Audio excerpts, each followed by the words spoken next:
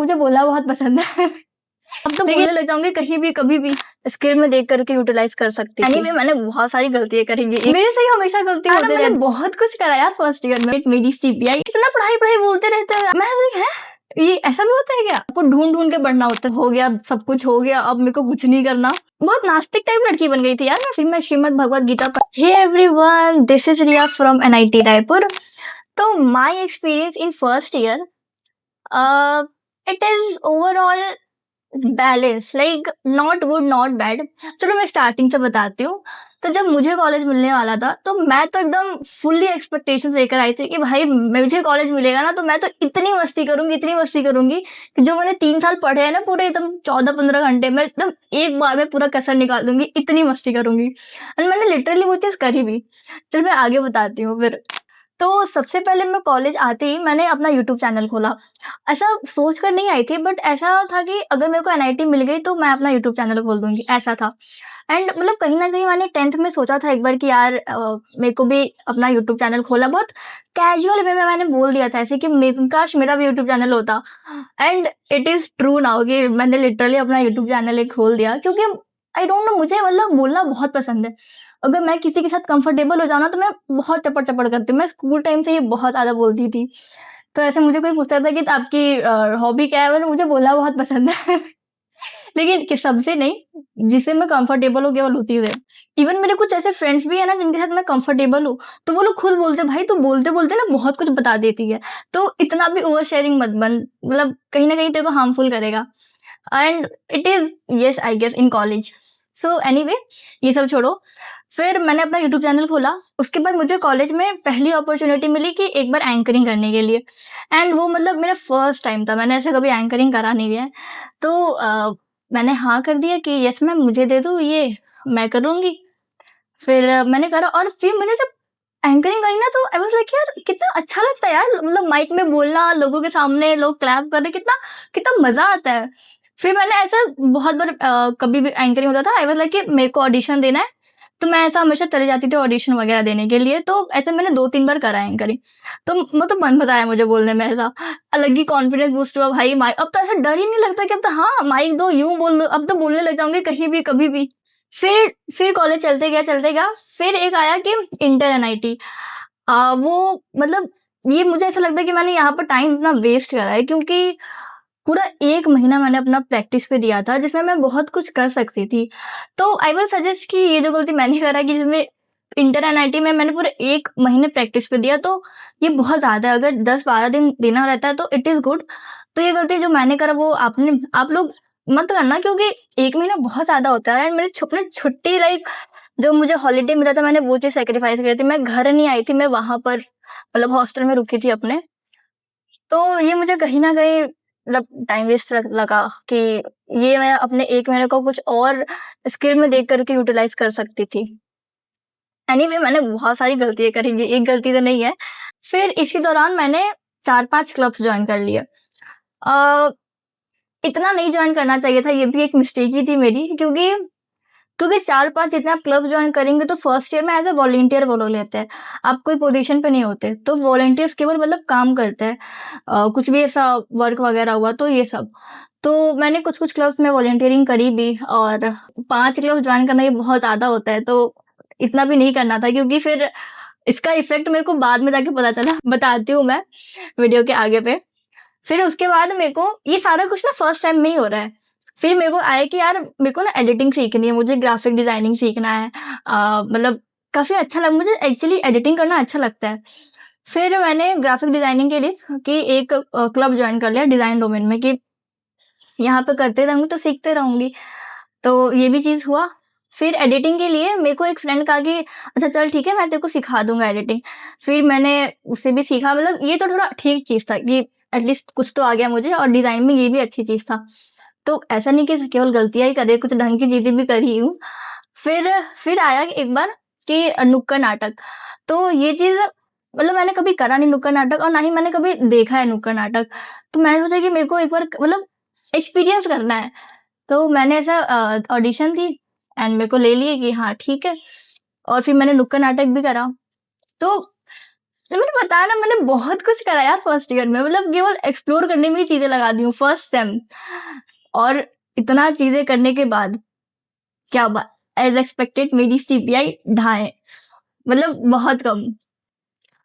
और मतलब मैं तो ऐसे शौक कि यार, मतलब मैं कहाँ थी, मतलब कितना पढ़ती थी भाई मैं जेई टाइम पे, और मैं अभी कितना कम मार्क्स ला रही हूँ।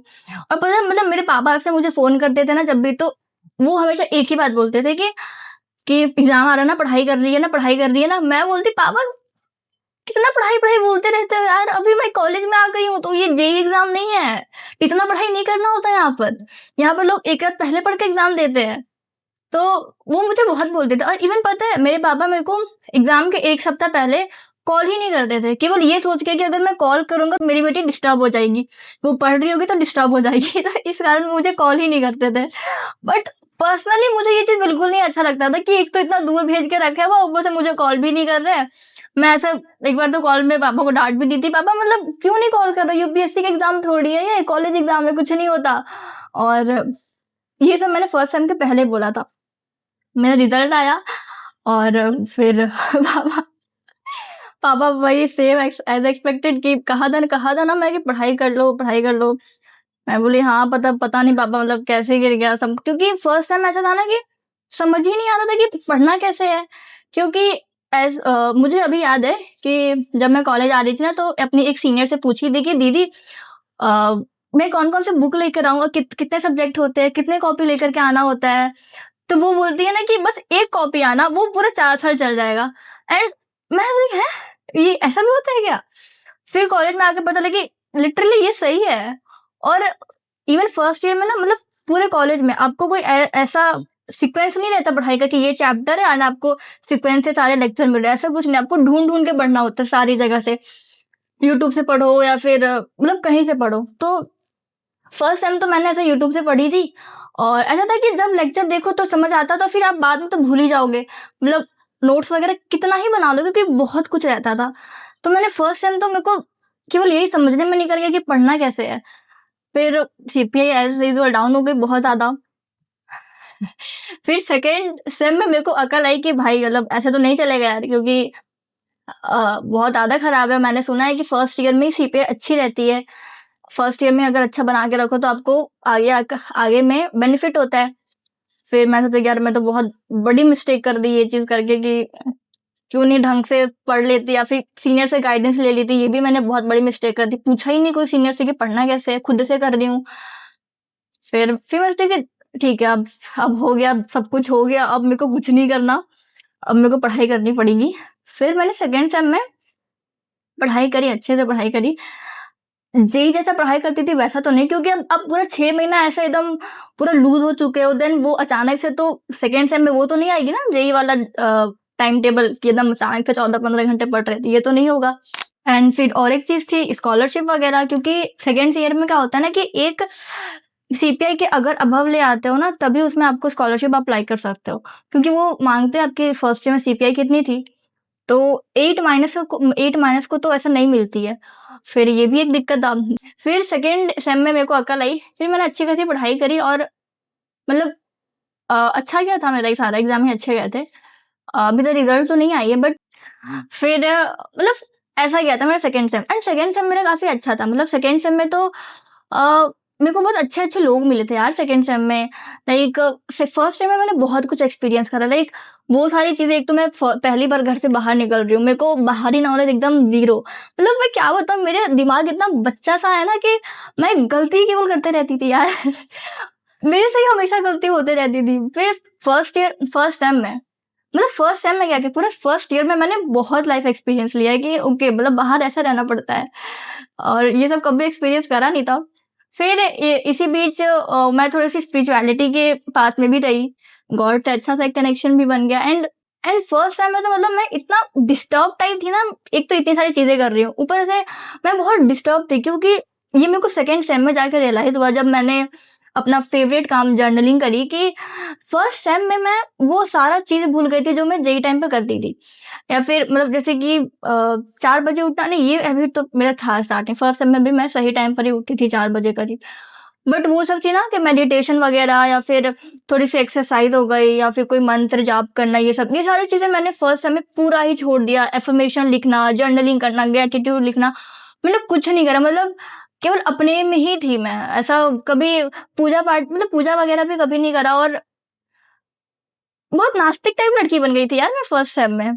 फिर सेकेंड सेम में मैं वो सही पाथ में आ गई कि नहीं, चीज़ें अच्छी थी, वर्कआउट बिल्कुल भी नहीं कर रही है, मेरे को थोड़ा-थोड़ा अपने अपने आप पे काम करना पड़ेगा। फिर सेकेंड सेम में मेरी रूटीन काफ़ी अच्छी हो गई कि मैं अब सुबह अच्छे टाइम पे सही टाइम पे उठती हूँ, मेडिटेशन करती हूँ, मंत्र जाप, देन 1 लोटा जल भी, एंड फिर जिम भी मैंने जाने स्टार्ट करा था। तो फिर सेकेंड सेम में मेरे सारा कुछ अच्छा हुआ, लाइक हैबिट भी अच्छी हुई, मुझे अच्छे लोग मिले, फिर सीपीआई भी मे बी अच्छी आ जाएगी, रिजल्ट तो अभी आई नहीं है। फिर मैं श्रीमद् भगवद गीता पढ़ना भी स्टार्ट करी सेकेंड सेम में, जो कि अभी भी चल रही है।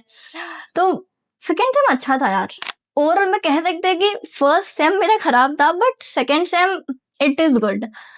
So this is my experience in NIT. So we will meet in the next video. Till then, bye. Take care.